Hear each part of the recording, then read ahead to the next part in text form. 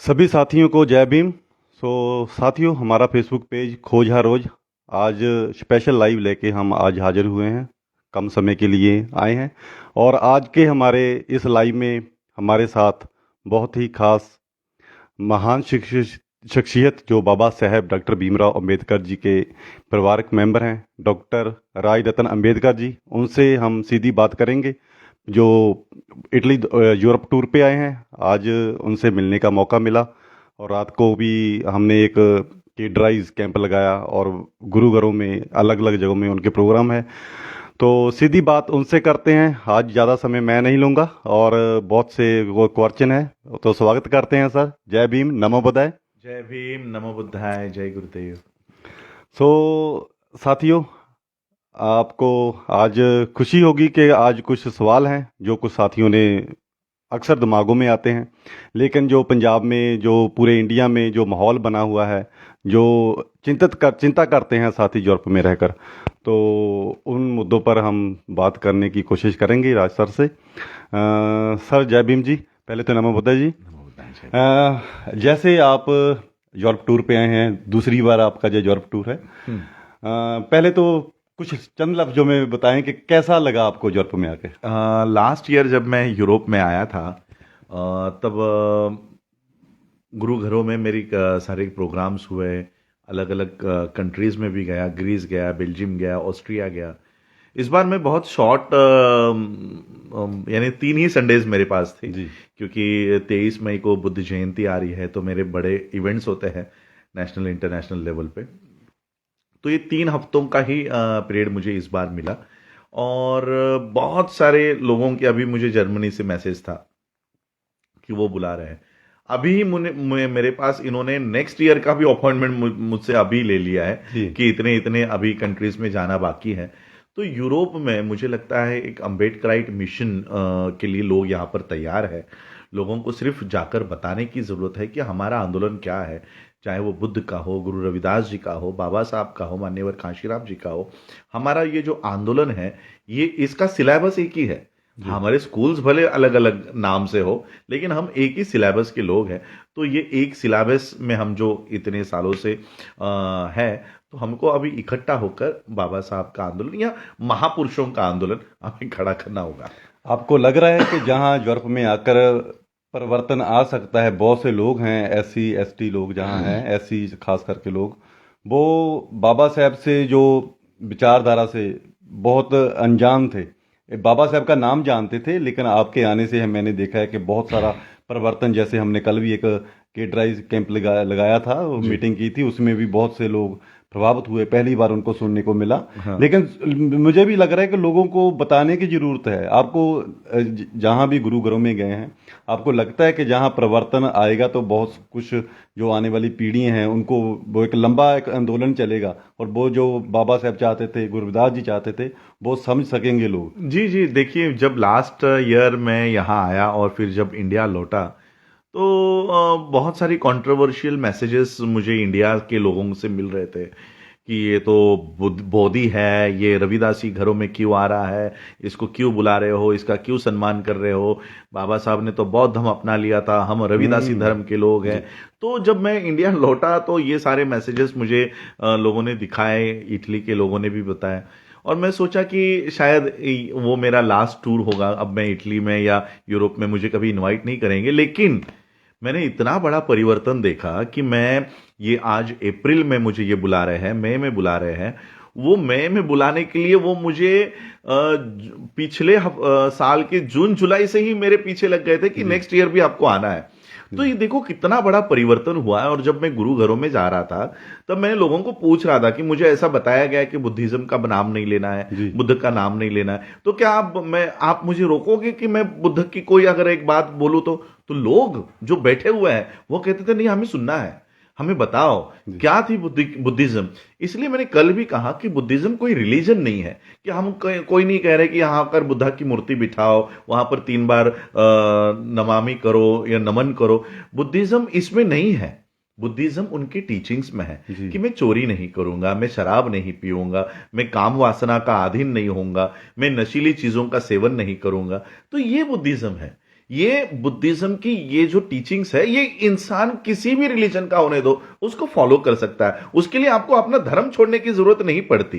तो आज लोग ये जो बातें सुन रहे हैं, चाहे वो बुद्धिज्म की हो, गुरु रविदास जी की हो, बाबा साहब की हो, मान्यवर काशीराम जी की हो, इसलिए मैंने कहा हमारी लाइन ऑफ एक्शन एक ही है।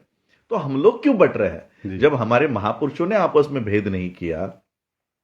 जब क्या आप मुझे बता सकते हो कि गुरु रविदास जी ने एक भी बार, कई बार भी, उनकी जितनी भी वाणियां हैं, क्या एक भी बार बुद्ध का कहीं विरोध किया है? नहीं किया है। ब्राह्मणों का विरोध किया है? जी बिल्कुल। तो बुद्ध ब्राह्मणों का विरोध कर रहे हैं, और जब वो ब्राह्मणों का विरोध कर रहे हैं कि ब्राह्मण अगर गुणहीन है तो मैं उसको नहीं पूजूंगा, अगर चांडाल गुणवान है तो मैं उसके पैर पूजूंगा, पैर पढ़ूंगा। तो यही बुद्धिज्म है, यही अंबेडकरिज्म है, यही काशीराम जी की मूवमेंट है। जब हमारे महापुरुषों ने आपस में भेदभाव नहीं किया, देन हु आर वी? हम लोग कौन है आपस में भेदभाव करने वाले? और इसलिए हमको इकट्ठा होना होगा। यही मैसेज बाबा साहब का है। हम एजुकेट हो गए, हम एजिटेट भी हो गए, अब हमारा कर्तव्य है ऑर्गेनाइज होना, संगठित होना। और हमारी स्ट्रेंथ क्या है? हमारी संख्या। जी, हमारी संख्या हमारी स्ट्रेंथ है। हमारे पास बड़े बड़े बिजनेसेस नहीं है, हमारे पास बड़े बड़े साधन नहीं है, हमारे पास जो भी खेत खलियान ये सब नहीं है। तो हमारी स्ट्रेंथ क्या है? हमारी संख्या। जब हम जुड़कर काम करेंगे तब हम इकट्ठा होकर ये मूवमेंट खड़ी कर पाएंगे। और ब्राह्मणों को ये पता है, भारत के ब्राह्मणों को और ब्राह्मणिकल सिस्टम के जो हमारे बीच में बैठे हुए एजेंट्स हैं, उनको ये पता है कि अगर ये संगठित हो गए तो हमारी ब्राह्मणिकल सिस्टम तहस महस हो जाएगी, खत्म हो जाएगी। और इसलिए ये इस तरह के मैसेजेस पिछले दौर में शुरू हुए थे। अब इस दौर में एक भी नेगेटिव मैसेज नहीं है बिल्कुल कि इसको मत बुलाओ, इसको मत बुलाओ। बाकी अभी मैं रिसो के गुरु घर में जाके आया, यहां से 300-350 किलोमीटर शायद दूर होगा, 300 भी नहीं, ज्यादा, उससे 300 से 400 के बीच में है। वहां पर लोगों ने मुझे 1.5-2 घंटे सुनने के बाद जब चाय के लिए हम बैठे तो वहां पर भी कैडर कैंप चला दिया। कल आपने एक कैडर कैंप ही यहां पर आयोजित किया, छोटे छोटे बच्चे भी ध्यान लगाकर सुन रहे थे। तो ये परिवर्तन नहीं तो क्या है? और यूरोप में आज बाबा साहब की मूवमेंट, गुरु रविदास जी की मूवमेंट, बुद्ध की मूवमेंट, ये एक ही है, ये कोई अलग अलग नहीं है। हमें इस मूवमेंट को खड़ा करना होगा। जी बिल्कुल। आप जैसे गुरुकुल में जाते हैं जहां थोड़ा वो ब्राह्मणिकल जो ब्राह्मण का प्रभाव है वो हमें देखने को मिलता है कि जब धीरे धीरे आप अब आएंगे तो आपको लगता है वो जो कमियां हैं वो धीरे धीरे गुरु रविदास जी को, जो गुरु रविदास जी के मानने वाले हैं, फॉलोवर हैं, उनमें से वो धीरे धीरे अभी दूर होती जाएंगी। नहीं, देखो, गुरु रविदास जी ने उस समय, आज से 650 साल पहले, जब पूरा भारत ब्राह्मणों के कब्जों में था, ऐसे समय में गुरु रविदास जी ने ब्राह्मणिकल सिस्टम को नकार दिया। जी, ब्राह्मणिकल सिस्टम कर्मकांड पर आधारित है। गुरु रविदास जी कहते हैं कि वहां गंगा में जाकर कोई पवित्र नहीं होगा, बिल्कुल, वहां पर डुबकी लगाने से तुम्हारे पाप नहीं धुलेंगे। अगर मैं यहां पर अच्छे मन से हाथ में अगर कोई गंदा पानी भी लूं ना, तो मेरे हाथ की हथेली में जो पानी है ना, वो गंगा जैसा पवित्र है, अगर मैं पवित्र हूं तो गुरु रविदास जी ने ये जो कर्म कांड है, ये जो अंधविश्वास है, उस समय आवाज उठाई है। जब ब्राह्मणों का बोलबाला था तब गुरु रविदास जी ने इस अंधविश्वास के खिलाफ आवाज उठाई है। तो आज अगर हमारे लोग अंधविश्वास में डूब रहे हैं या जा रहे हैं, तो हमें गुरु रविदास जी की वाणियों को लोगों को बताने की जरूरत है। और हमारे खुद की कल्चर्स, ये देवी देवताओं को मनाने के बजाय जो हमारे महापुरुष हुए हैं, हमको उनको सेलिब्रेट करना है। किसी संतोषी माता को झुकने, वहां पर उसके पैरों में सर झुकाने से अच्छा है हम माता सावित्री बाई इनको पूजे, हम माता रमाबाई इनको पूजे। हमारे पास हमारी खुद की महापुरुष है, माताएं हैं, हमको इनको सेलिब्रेट करना चाहिए। ये काल्पनिक शेरों पर बैठी हुई और जानवरों को ऊपर बैठी हुई ऐसी काल्पनिक औरतों को मनाने के बजाय हमको हमारे महापुरुषों को सेलिब्रेट करना चाहिए। बिल्कुल, जैसे गुरु रविदास जी ने कहा था, रविदास हमारो राम जी दशरथ का सूत नाही, रविदास हमारो राम जी दशरथ का सूत नाही, हमारा राम बसे बिशप कुंड माहे।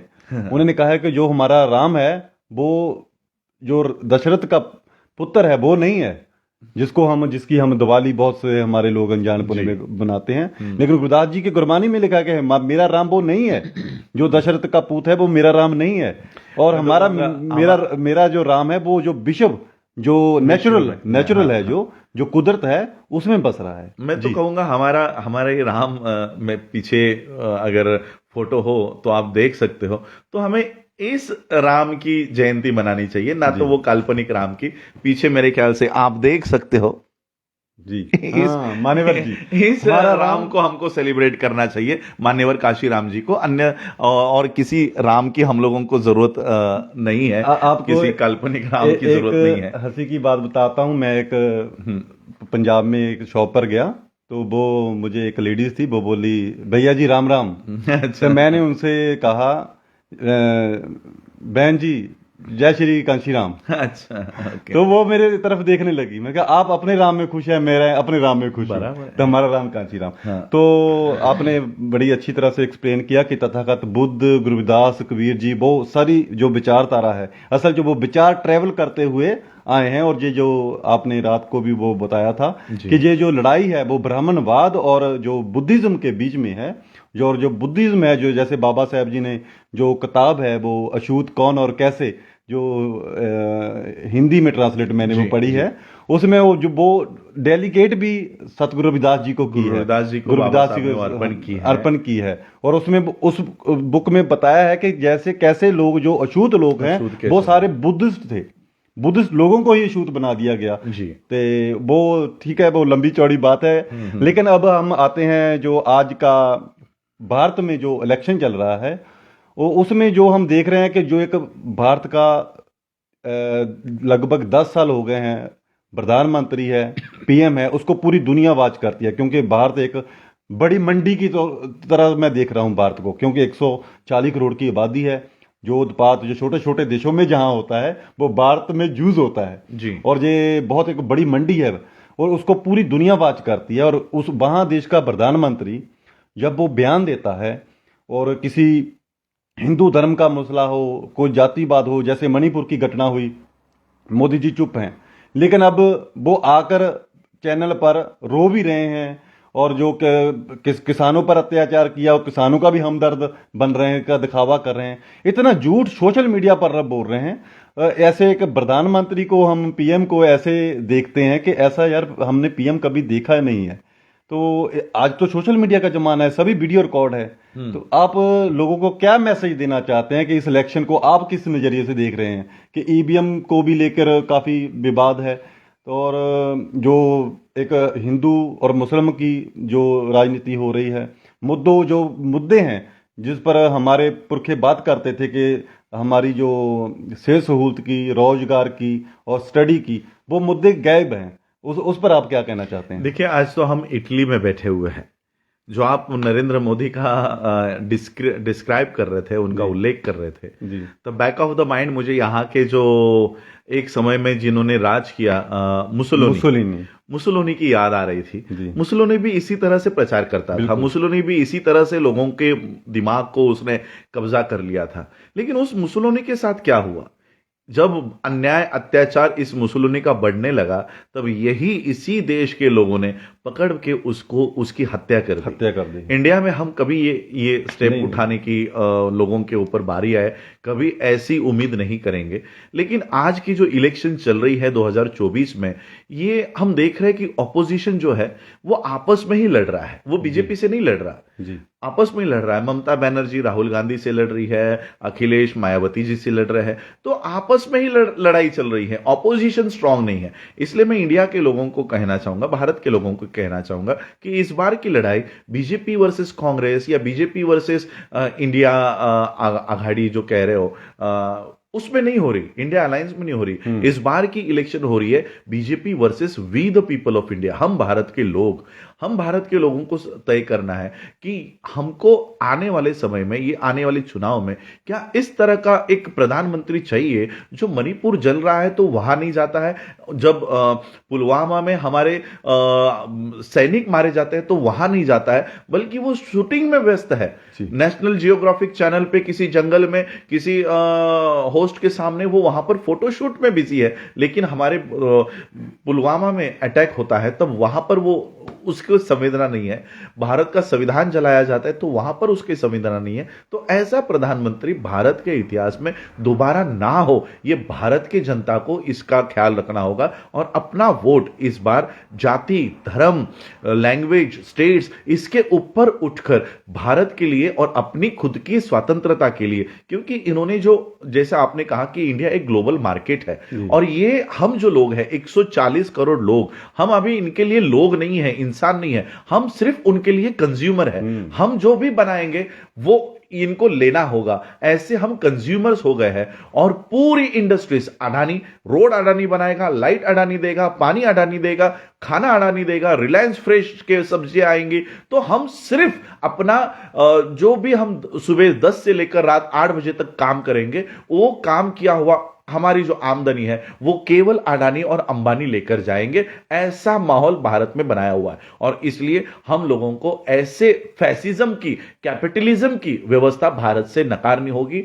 उस इंडस्ट्रीज में हमारा भी रिप्रेजेंटेशन हो, उस मार्केट में, उस इसमें SC ST OBC का भी रिप्रेजेंटेशन हो, ऐसी व्यवस्था हम लोगों को भारत में लानी होगी। जो डेमोक्रेसी है उसको, उसके लिए हमको वोट करना होगा। बिल्कुल सर, जैसे आपने कहा और बाबा साहब ने कहा था कि जो धर्म है वो इंसान के लिए है और जो जो इंसान धर्म के लिए नहीं है, जैसे जो वस्तुएं बनी है हमारे लिए, लेकिन आज धर्म की राजनीति वो मोदी जी कर रहे हैं। और बहुत बहुत धन्यवाद, आपने बहुत ही अच्छी तरह से जो कम शब्दों में बहुत ही बड़ी बातें की है। और साथियों, आज का ये लाइव स्पेशल लाइव था, राज रतन सर आए थे, उनसे हमने बातचीत की है। उम्मीद करते हैं आपको अच्छी लगी होगी, क्योंकि इसका कोई नोटिफिकेशन नहीं दिया था साथियों को, बाद में ज़रूर सुनेंगे। और हमारे जहां मेरे मामा जी हैं, हमारे, उन्होंने पहली बार राज रतन सर के साथ बातचीत की, और मामी जी हैं, उन्होंने वो बोलना चाहते हैं, उनका धन्यवाद करना चाहते हैं। पहले मैं बात कराना चाहता हूँ अपनी मामी जी से। वो बोलना चाहते थे कि राज रतन सर को मिलने के बाद उनको कैसा लगा। बहुत अच्छा लगा मुझे, बहुत ਵਧੀਆ ਲੱਗਾ। ਇਹਨਾਂ ਦਾ ਸਾਰਾ ਕੋਈ ਪਿਛਲਾ ਸਾਡੇ ਨਾਲ ਜੋ ਹੋਇਆ ਸੁਣ ਕੇ ਬਹੁਤ ਮਨ ਨੂੰ ਦੁੱਖ ਲੱਗਾ। ਤੇ ਬਾਕੀ ਮੇਰਾ ਵਿਚਾਰ ਇਹ ਆ ਭਈ ਜਿਹੜੇ ਗੁਰੂ ਹੋਏ ਆ, ਗੁਰੂ ਰਵਿਦਾਸ ਮਹਾਰਾਜ ਹੋਏ ਆ, ਗੁਰੂ ਨਾਨਕ ਦੇਵ ਹੋਏ ਆ, ਗੁਰੂ ਗੋਬਿੰਦ ਸਿੰਘ ਹੋਏ ਆ, ਕਾਂਚੀ ਰਾਮ ਸਾਹਿਬ, ਬਾਬਾ ਸਾਹਿਬ, ਸਾਰਿਆਂ ਨੇ ਏਕਤਾ ਦਾ ਨਾਅਰਾ ਦਿੱਤਾ ਜੀ। ਏਕਤਾ ਦਾ ਨਾਅਰਾ ਗੁਰੂ ਵੀ ਦੇ ਗਿਆ, ਏਕਤਾ ਦਾ ਨਾਅਰਾ। ਇਹ ਕਿਉਂ ਨਹੀਂ ਏਕਤਾ ਹੋ ਰਹੀ? ਇਹ ਸਾਡੇ ਲੋਕਾਂ 'ਚ ਘਾਟ ਆ। ਬਾਕੀ ਇਹ ਚੱਲਦੀਆਂ ਮਸ਼ੀਨਾਂ 'ਚ ਵੋਟਾਂ ਜਿਹੜੀਆਂ, ਇਹਨਾਂ ਦਾ ਵਿਰੋਧ ਕਿਉਂ ਨਹੀਂ ਕਰ ਰਹੇ? ਜੇ ਗੌਰਮੈਂਟਾਂ ਨਹੀਂ ਕਰਦੀਆਂ, ਇਹ ਜਿਹੜੇ ਖੜੇ ਆ ਵੋਟਾਂ 'ਤੇ ਕੱਲੀਆਂ ਪਾਰਟੀਆਂ, ਇਹਨਾਂ ਨੂੰ ਵਿਰੋਧ ਕਰਨਾ ਚਾਹੀਦਾ। ਇਹਨਾਂ ਨੂੰ ਵੋਟਾਂ ਕੈਂਸਲ ਕਰਾ ਦੇਣੀਆਂ ਚਾਹੀਦੀਆਂ, ਨਾ ਪਾਉਣ ਵੋਟਾਂ। ਬਾਕੀ ਜਿਹੜੇ ਸਾਡੇ ਲੋਕ ਆ, ਆਮ ਜਨਤਾ ਉੱਠੇ, ਜੇ ਨਹੀਂ ਇਹ ਉੱਠਦੇ, ਆਮ ਜਨਤਾ ਉੱਠ ਕੇ ਤੇ ਇਸ ਚੀਜ਼ ਦਾ ਵਿਰੋਧ ਕਰੇ ਤੇ ਬੰਦ ਹੋ ਸਕਦੀ ਆ। ਇਹ ਪਾਵਰ ਸਾਡੇ ਹੱਥ ਵੀ ਹੈਗੀ ਆ, ਆਪਾਂ ਵਿਰੋਧ ਕਰਾਂਗੇ ਸਾਰੀ ਦੁਨੀਆ ਰਲ ਕੇ ਤੇ ਬੰਦ ਹੋ ਸਕਦੀਆਂ। ਤੇ ਬਾਕੀ ਜੈ ਗੁਰੂਦੇਵ, ਜੈ ਭੀਮ, ਜੈ ਭਾਰਤ। ਤੋ ਬਹੁਤ ਬਹੁਤ ਧੰਨਵਾਦ ਜੀ। ਤੇ ਠੀਕ ਹੈ ਸਾਥੀਓ, ਅੱਜ ਦਾ ਲਾਈਵ ਆਪਾਂ ਇੱਥੇ ਹੀ ਸਮਾਪਤ ਕਰਦੇ ਹਾਂ। ਤੇ ਬੜੀ ਖੁਸ਼ੀ ਹੋਈ, ਸਰ ਆਏ ਔਰ ਆਪਣੇ ਉਹਨਾਂ ਨੇ ਵਿਚਾਰ ਰੱਖੇ। ਤੇ ਬਹੁਤ ਹੀ ਜਿਹੜੇ ਇੱਥੇ ਦੇ ਇਟਲੀ ਦੇ ਵਿੱਚ ਜਿਹੜੇ ਰਹਿ ਰਹੇ ਹੈਗੇ ਆ ਸਾਡੇ ਇੰਡੀਅਨ ਲੋਕ, ਪੰਜਾਬੀ ਲੋਕ, ਉਹਨਾਂ ਨੇ ਉਹਨਾਂ ਦੇ ਵਿਚਾਰ ਸੁਣੇ ਤੇ ਬੜੇ ਪ੍ਰਭਾਵਿਤ ਹੋਏ ਉਹਨਾਂ ਤੋਂ। ਤੇ ਨੈਕਸਟ ਕੱਲ ਆਪਣਾ ਸੰਡੇ ਲਾਈਵ ਹੈਗਾ ਆ, ਜੋ ਰਾਜਨੀਤਿਕ ਮਖੌਟੇ ਜਿਹਦਾ ਟਾਈਟਲ ਹੈਗਾ, ਉਹ 'ਤੇ ਆਪਾਂ ਭਾਰਤ ਦੀ ਰਾਜਨੀਤੀ 'ਤੇ ਗੱਲਬਾਤ ਕਰਾਂਗੇ ਸਾਥੀਓ।